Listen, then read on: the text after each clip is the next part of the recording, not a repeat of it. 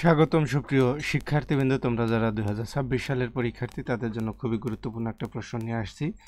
প্রশ্নটা হচ্ছে, প্রমিত বাংলা বানানে রস্যিকার ব্যবহারের 5টি নিয়ম উদাহরণ সহ লেখো।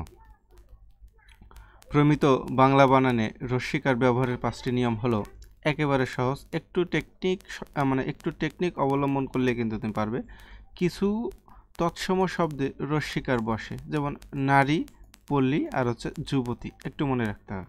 শেষ, যে কিছু তৎসম শব্দে রস্যিকার বসে, 3টা মনে রাখবে। এরপরে সকল অতৎসম শব্দে রস্যিকার হবে।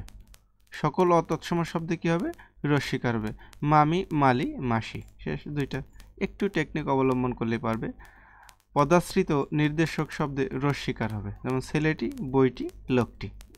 3 নম্বর শেষ। 4 বলছে যে উত্তরে হ্যাঁ বা না পাওয়া যায় এমন প্রশ্নে কি রস্যিকার বসে, যেমন তুমি কি যাবে, সে কি এসেছিল, একটু মনে রাখলেই পারবে। আর 5 নম্বরে সংস্কৃত ইন প্রত্যয়ান্ত শব্দের তয়ব বা তা প্রত্যয় যুক্ত শব্দে রস্যিকার হবে, যেমন মন্ত্রিত্ব, দায়িত্ব, প্রতিযোগিতা। শুধু একটু 5 মিনিটও লাগবে না, এরকম যে কিছু তৎসম শব্দের রস্যিকার হবে, সকল অতৎসম শব্দের রস্যিকার হবে, পদশ্রিত নির্দেশক শব্দের রস্যিকার হবে, আর উত্তরে হ্যাঁ বা না। এইভাবে একটু মনে রাখলেই পারবে। সকলকে অসংখ্য ধন্যবাদ, আর যারা নতুন অবশ্যই সাবস্ক্রাইব করে সাথে থাকবে।